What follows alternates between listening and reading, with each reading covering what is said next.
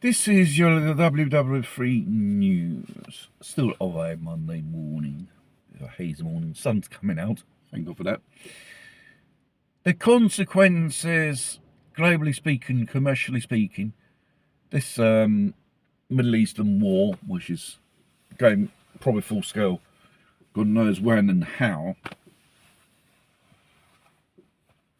is having serious repercussions here in our own patch every day. You can say, oh, for the time being it's not touching us. It's touching our pockets. Costs us more to fill up our cars. Costs us more our energy bills. Costs more the groceries now. Insurance. Believe it or not, it's going to cost more as well. Even though here in Italy has already risen. They say to fuel costs and stuff like that. It's got nothing to do with insurance, fuel costs. And basically, slowly,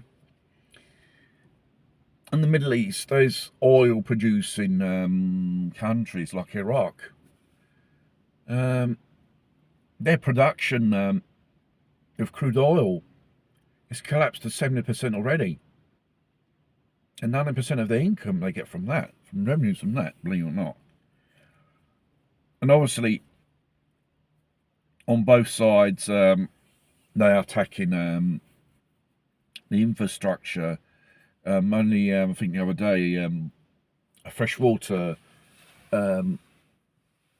implant, which, filters out salty water, make it to drinking water for the Iranians, was destroyed.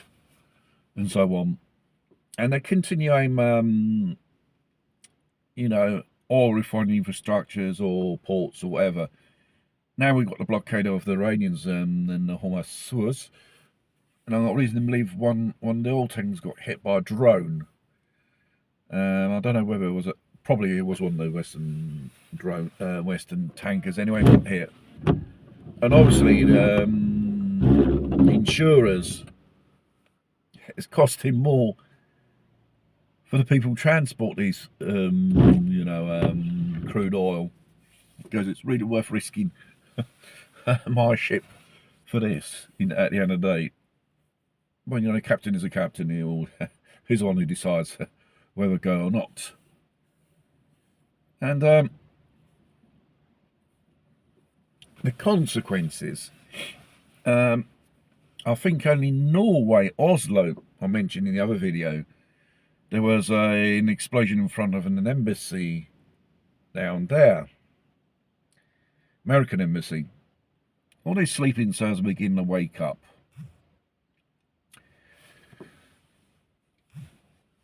The fact is, we're not going against Iraq or Afghanistan or Syria.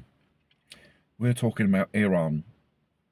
For more than 47 years, they had been victims of Western sanctions, and I think they knew it from around about 2003. The Americans and the collective Western Israelis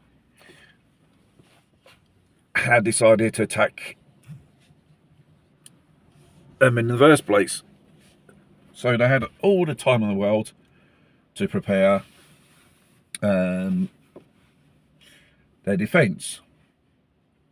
And obviously, like in the Ukrainian war with Russia, I should say NATO-Russia war, they say they're running out of missiles.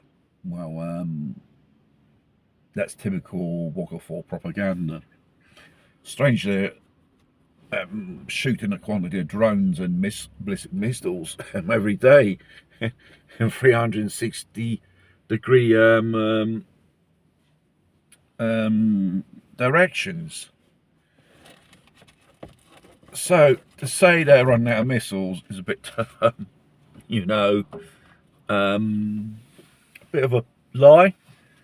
I think the West is running out of missiles, the Israelis and Americans, because obviously they gave them to Ukrainians to shoot, and then their stuff ended up on the black market anyway. And they have to face the Iranians like this. They're heading low. I think they had a meeting, Trump in Washington, to make it, and the big corporations of the defence, if they can ramp up production. And the fact is, there was talk there's going to be boots on the ground, but they were hinting the draft.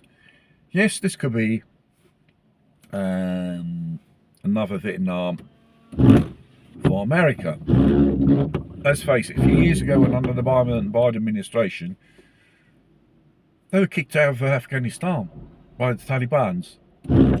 They were humiliated, the Americans there.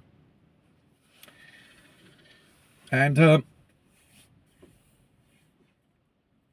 this is only a war to bring down Russia and China.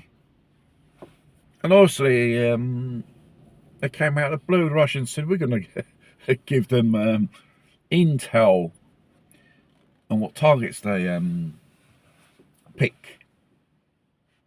American targets, Western targets. It's the same medicine which they used on the Russians, the Americans, giving the Ukrainians intel where to fire their missiles or drones or whatever it is. Same thing. But this time we're in a part of the world where crude oil or black gold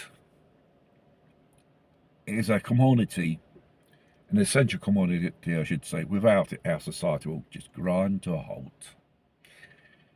And in 1973, the capacity of oil was reduced by 6%. And there was all those rationings, queuing up to the gas station, stuff like that. We're talking around really about 20% here, and rises. And God, how many rises? They'll tend to go up, because this thing won't end pretty soon. It will just continue. And the negative consequences on the financial markets and on our everyday lives.